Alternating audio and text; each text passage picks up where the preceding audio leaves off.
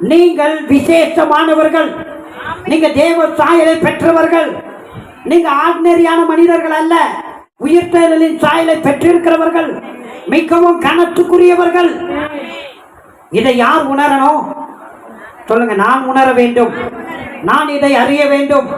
ஒவ்வொரு நாளும் இதுல இன்னும் ஆழமா போயிட்டு என்னை பற்றி நான் அறிய வேண்டும். சொல்லுங்க, நான் ஒவ்வொரு நாளும் இந்த வேதத்திலிருந்து நான் யார் என்பதை கண்டுகொள்ள வேண்டும்.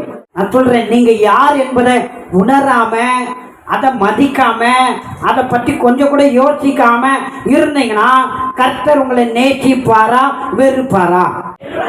வெறுப்பா. உங்களை நேசிப்பாரா? மாறாக என்ன பண்ணுவாரு?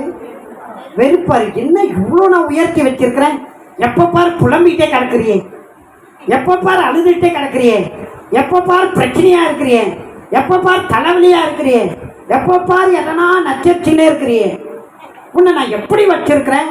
நீ எவ்வளோ கனத்துக்குரிய ஆளு, எவ்வளோ மேன்மையான ஆளு, எவ்வளோ வல்லமையை கொடுத்திருக்கிற, எவ்வளோ அதிகாரத்தை கொடுத்திருக்கிற, எவ்வளோ ஆளுகையை கொடுத்திருக்கிற, எல்லாவற்றையும் உன் பாதத்துக்கு கீழாக்கி இருக்கிற. நீ எப்படி ஜெயிக்கணும், நீ எப்படி வாழணும், நீ எப்படி உயர்ந்து வெளிச்சமா ஜொலிக்கணும், லைட் மாறி இருக்கிறியே. இந்த ஏசா சற்று கூட அவன் உணரவில்லை, சற்று கூட அதை குறித்து அவன் யோசிக்கவில்லை, தியானிக்கவில்லை. ஒன்றுமே அதை குறித்து யோசனை அவனுக்கு இல்லவே இல்லை. அவன் குடும்பத்தில் முதல் பிறந்த ஆளு, அவன் வீட்டில் இருந்து எல்லாவற்றையும் அவன் தான் பார்த்துக்கணும். ஆனால் அவன் வீட்டிலேயே இல்லை, வெளியிலேயே இருந்தான். உன்னதமானவருடைய மறைவில் இல்லை, அவன் வெளியில இருந்தான். சொல்லுங்க, நான் உன்னதமானவருடைய மறைவில் இருக்க வேண்டும்.